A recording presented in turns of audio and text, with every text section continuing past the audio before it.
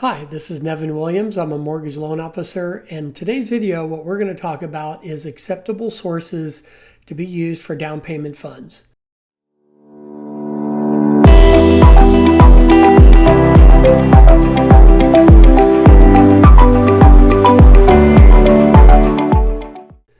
Now, you may not realize this, but lenders and the federal government are very concerned of where the funds come from for down payments.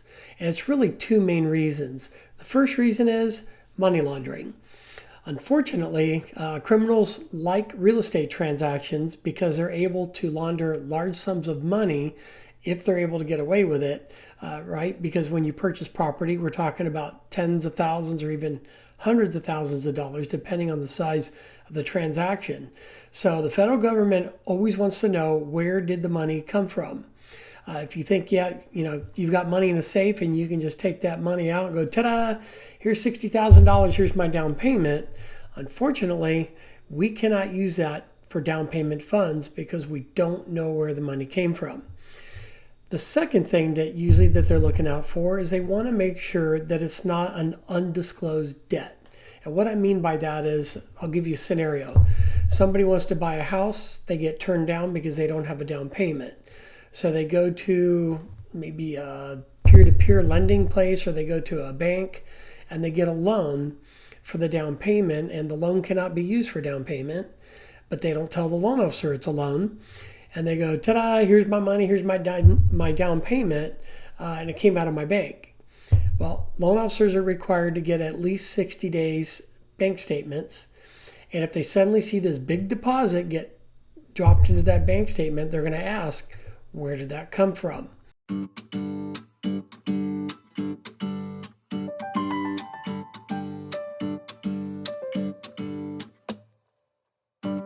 And then at that point, the person has to say, oh, well, I got a loan. And unfortunately, that doesn't meet guidelines. And the reason why is that loan's going to have a monthly payment associated with it, or at least in most cases it will.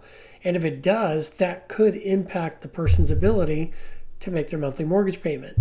So loans cannot be used in order to use it for a down payment. Now, there are some exceptions to that. If I own a home and I have a home equity line of credit, and I'm going to keep the home, and the loan officer has already taken into account my mortgage payment for both my home equity line of credit and my first mortgage, that's assuming that I have both, I can take money from my home equity line of credit and I can use that as a down payment on another home. The only loan that does not allow that I'm aware of is the home equity conversion mortgage, which is also known as a reverse mortgage. So it's important that the lender know where the money's coming from. Now, if you've got money in a 401k or a 403b or some type of retirement plan, that can be used as long as your employer allows you to make a withdrawal or to get a loan from your retirement fund. If you have money sitting in checking or savings account, that can be used. If you have money in an account where you can verify where the funds came from and you can provide a paper trail, 60-day paper trail showing where the money came from, in most cases that's going to be acceptable.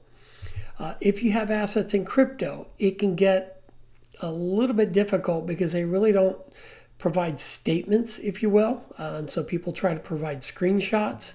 And unfortunately, they do not allow screenshots as a paper trail when you're trying to source where the money came from. So very important that you talk to your loan officer and discuss with them where all your assets are that you're going to use for a down payment.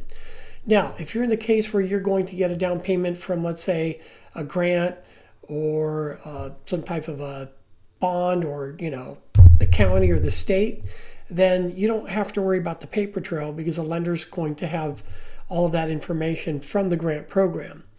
But if you're coming up with your own money, you've got to be able to paper trail it. Now, if you're going to get money as a gift from, let's say, a family member, it's very important that you talk to the loan officer, because depending on the type of loan you get, some of them are going to require that the money come from immediate family. Immediate family is mother, father, brother, sister, or stepmother, stepfather. But if it's a cousin, uncle, or aunt, you may have a problem getting that approved. So just make sure you talk to your loan officer. It's immediate family. It can't be your best friend. That's not going to be allowed.